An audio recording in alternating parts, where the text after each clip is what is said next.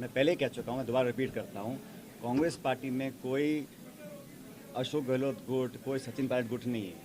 ये सब खड़गे गुट, राहुल गुट, सोनिया गांधी गुट है, हम सब लोग। अभी जब दावेदारों की जब सूची तय होगी सर, इसमें कई प्रत्याशी ऐसे होंगे जो आपके भी खास होंगे और कई प्रत्याशी ऐसे होंगे जो मुख्यमंत्री या कांग्रेस के आलाकमान के खास होंगे। ऐसे में असमंजस की स्थिति में होगी दोनों ही जगह पर। अच्छा, मैं स्पष्ट कर देता हूँ कि जो भी उम्मीदवार हैं, जो भी कहीं के भी हैं, वो सब मेरे ही गुट के हैं, मानता हूँ।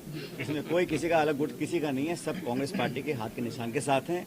ये हो सकता है कि किसी की लाइक और किसी को ज़्यादा कम पसंद करते हो, ये स्वाभाविक है, हम इंसान हैं, किसी को ज़्यादा पसंद कम पसंद, लेकिन हम सब संगठन, विचारधारा, पार्टी से बंधे हुए लोग हैं और जो भी चुनाव लड़ेगा उसको चुनाव कांग्रेस पार्टी लड़ाएगी।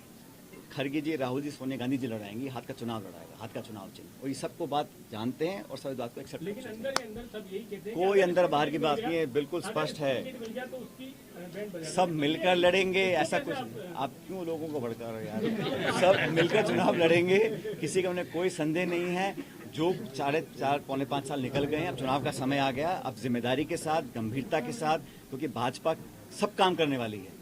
भारतीय जनता पार्टी के लोग, मैं जानता हूं, चुनाव जीतने के लिए कुछ भी कर सकते हैं, इसलिए भ्रमित करना, लोगों को भटका देना, जज्बातों को भड़का देना, आपस में आक्रोश पैदा कर देना, तनाव पैदा कर देना, ऐसे मुद्दे कैसे कैसे उठ जाते हैं। कभी कहा नाम बदल रहे हैं, इंडिया है, भारत है, अरे भाई दोनों ही नाम संविधान में लिखे हुए हैं। तो ये बेवजह की जो चर्चाएं होती हैं, ये लोगों का ध्यान भटकाने के लिए होती हैं। इसलिए आम नागरिकों के लिए इस देश के प्रति कांग्रेस पार्टी की कुछ जिम्मेदारियां हैं। इस देश में आज संवैधानिक संस्थाओं को गंभीर चुनौती मिल रही है, उनको बचाए रखने के लिए, जमहूरियत को मजबूत करने के लिए ये कांग्रेस सबसे बड़ा विपक्षी दल है। तो इंडिया अलायंस में हम लोग उसको लीड करते हैं, लेकिन हम सबको साथ लेकर चलें। बहुत बड़ी बात है, कितने अरसे के बाद इतने दल इकट्ठे आए हैं, अपने अपने इंटरेस्ट को पीछे रखकर देश को बचाने के लिए एक इंडिया अलायंस हमने फॉर्म किया है। तो जब बाकी लोग कर रहे हैं तो कांग्रेस जन का तो और ज़्यादा दायित्व बन जाता है कि एकजुटता दिखाएं और आपस में मिलकर साथ चलें। हम सब चुनाव लड़कर भाजपा को हराएंगे, तभी तो मैं समझता हूँ हमारा जो इंडिया अलायंस है, हमारी कांग्रेस पार्टी का जो उद्देश्य है, उसको हम पूरा कर पाएंगे। सर, कांग्रेस लीड अलायंस वो कह रहे हैं कि सनातन धर्म को भी समाप्त करना है। ये ऐसा है, मैं किसी ने क्या का कमेंट करना नहीं चाहता हूँ, लेकिन हम में से किसी भी व्यक्ति को ऐसी कोई बात नहीं बोलनी चाहिए जो किसी और दूसरे व्यक्ति के जज्बात या सेंटिमेंट्स को हर्ट करे। हमारी कुछ भी सोच हो वो हम तक रखें, लेकिन किसी को भी अधिकार नहीं है कि किसी और के फीलिंग्स या सेंटिमेंट्स को हम लोग हर्ट करें। ये हमारे यहाँ एक फ्रीडम ऑफ स्पीच है, अपनी आप बात को व्यक्त कर सकते हैं, लेकिन एक ध्यान रखना चाहिए कि किसी और के जज्बातों को हम ठेस ना पहुंचाएं। अजमेर आने का आज कोई विशेष मैं बहुत दिनों से पत्रकार वार्ता नहीं करी थी, मैंने कहा आपके समर्थक हैं, उनको कोई मैसेज आपकी तरफ से देना चाहेंगे? मेरा कोई सब कांग्रेस पार्टी के समर्थक हैं और मैं कांग्रेस पार्टी का कार्यकर्ता हूं। हम सब मिलकर एक परिवार के रूप में बैठे हैं, काम करेंगे।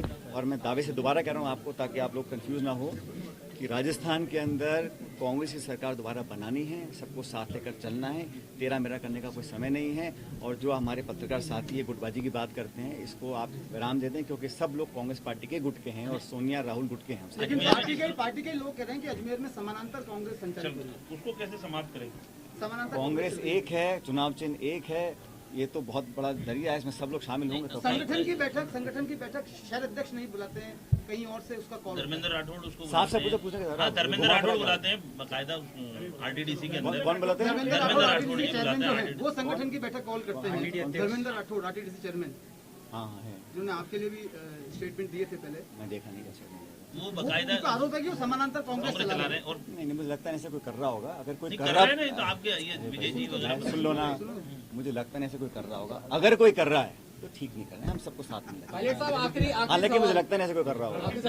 राजस्थान आखिरी क्यों दो और मुझे कानून व्यवस्था पर क्या कहेंगे? क्राइम होता है, पुलिस पकड़ती है।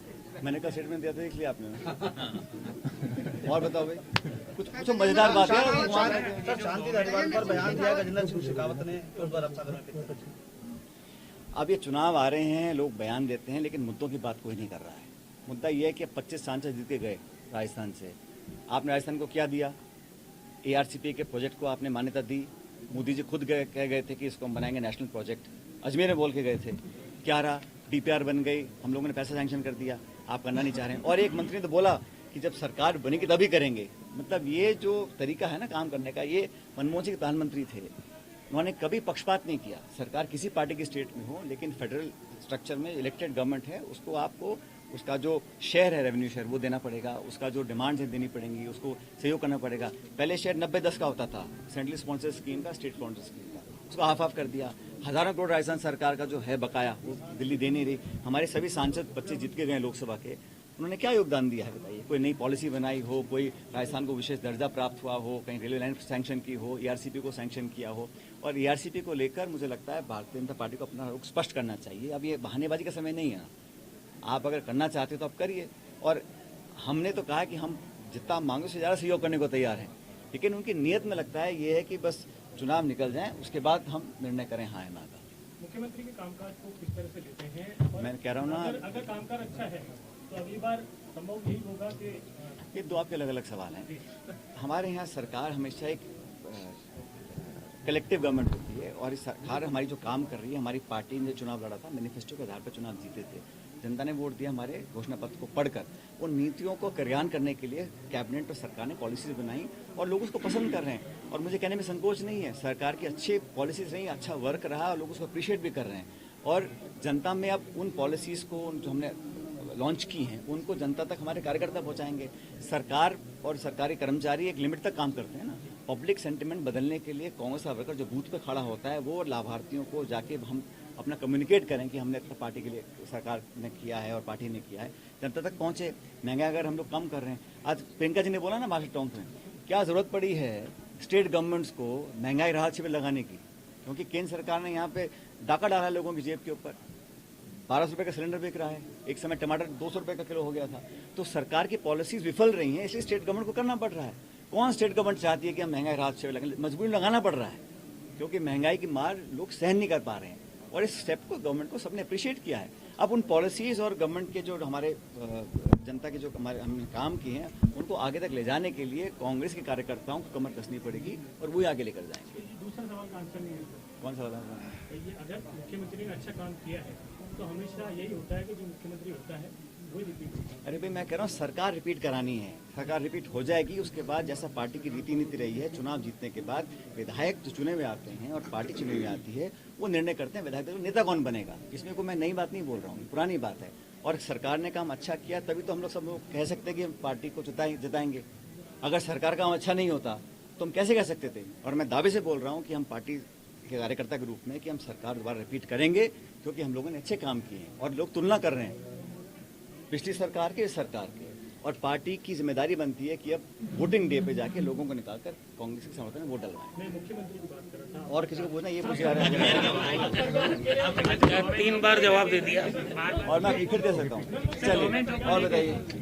तो लास्ट पॉइंट बताऊँ आपको मैं कि कहना चाह रहा हूँ, भारतीय जनता पार्टी के अंदर अब मुझे पता नहीं वो टिकट किसको देंगे, चाहे अजमेर हो चाहे बाकी जगह हो, लेकिन कांग्रेस पार्टी में जिसको भी आला कमान और हमारे जो सर्वे के बाद नाम चिन्हित किए जाएंगे, जिसको भी पार्टी टिकट देगी, पूरी कांग्रेस पार्टी उस व्यक्ति का समर्थन करेगी और उस व्यक्ति को विधानसभा में भेजेगी। और खासकर अजमेर शहर में इन दोनों सीटों के ऊपर हम जिसको भी टिकट देंगे और जो समर्पित पार्टी का कार्यकर्ता है, जिसने 5 साल तक लोगों को संभाला है, जिसने वर्कर्स के दुख सुख में भागीदारी निभाई है, उसको पार्टी टिकट देगी और वो चुनाव जीत बनाएगी।